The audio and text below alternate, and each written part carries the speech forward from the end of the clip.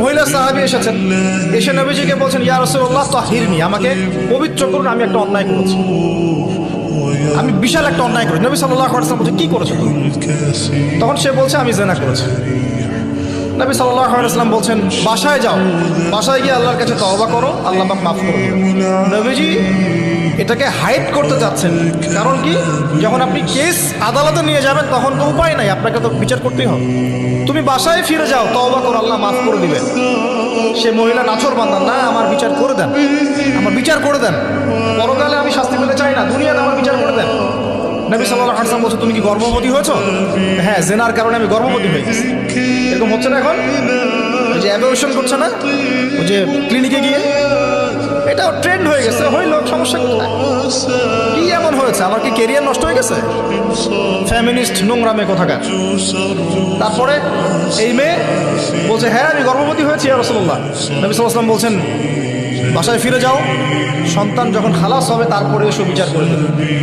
9 থেকে 10 মাস সে এই সন্তানকে গর্ভে ধরলো, ধরার পরে সন্তান যখন খালাস হয়ে গেল, সে নবীর কাছে এসে সন্তান কোলে নিয়ে নবজাতক, ইয়া রাসূলুল্লাহ সাল্লাল্লাহু আলাইহি ওয়াসাল্লাম, দরুদ পড়বেন, আমাকে পবিত্র করে দিন, আমার সন্তান হয়ে গেছে।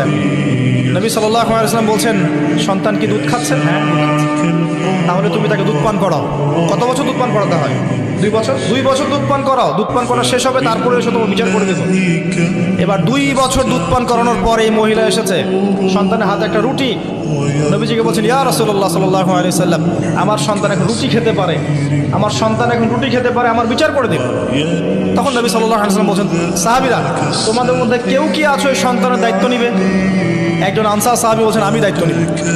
তখন এই আনসার সাহাবীর কোলে নবী সাল্লাল্লাহু আলাইহি ওয়াসাল্লাম এই বাচ্চাকে তুলে দিলেন। তুলে দেওয়ার পর খালিদ বিন ওয়ালিদ রাদিয়াল্লাহু আনহু অন্যান্য সাহাবীদেরকে বললেন, যাও, এই মহিলাকে নিয়ে যাও, কোমর পর্যন্ত গেড়ে দিয়ে রজম করে হত্যা করো। এবার এই মহিলাকে নিয়ে যাওয়া হচ্ছে, একটা কথা বানিয়ে বলছি না, আপনার আলেম ওলামা যারা আছেন জিজ্ঞাসা করবেন কওমি মাদ্রাসা।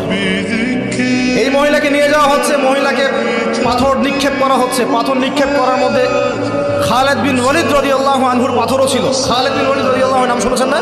বীর সাহাবী, তিনি পাথর নিক্ষেপ করেছেন একটা। এই পাথরের আঘাতে ওই মহিলার কোন একটা জায়গায় লেগেছে, গায়ের লেগে রক্ত বের হয়ে গেছে, রক্তের ছিটাটা তার গায়ের এই যে কাপড় এসে পড়েছে। কাপড় এসে পড়ার সাথে সাথে খালিদ বিন ওয়ালিদ রাদিয়াল্লাহু আনহু বলছেন, ছি ছি ছি ছি, আমার গায়ের মধ্যে এরকম নোংরা ব্যভিচারী মহিলার রক্ত পড়লো, এরকম একটা তাচ্ছিল্যের কথা বলছে। তখন নবী সাল্লাল্লাহু আলাইহি ওয়াসাল্লাম বলছেন, হে খালিদ, তুমি থামো, হে খালিদ, তুমি চুপ করো। তুমি জানো এই মহিলা এই 2 বছরে 3 বছরে এত তওবা করেছে আল্লাহর কাছে, এই সমস্ত তওবা যদি মদিনাবাসীর মধ্যে বন্টন করে দেওয়া হয় তবুও কম হয়ে যাবে। আর আমি এখন দেখছি মহিলা জান্নাতে সাঁতার কাটছে।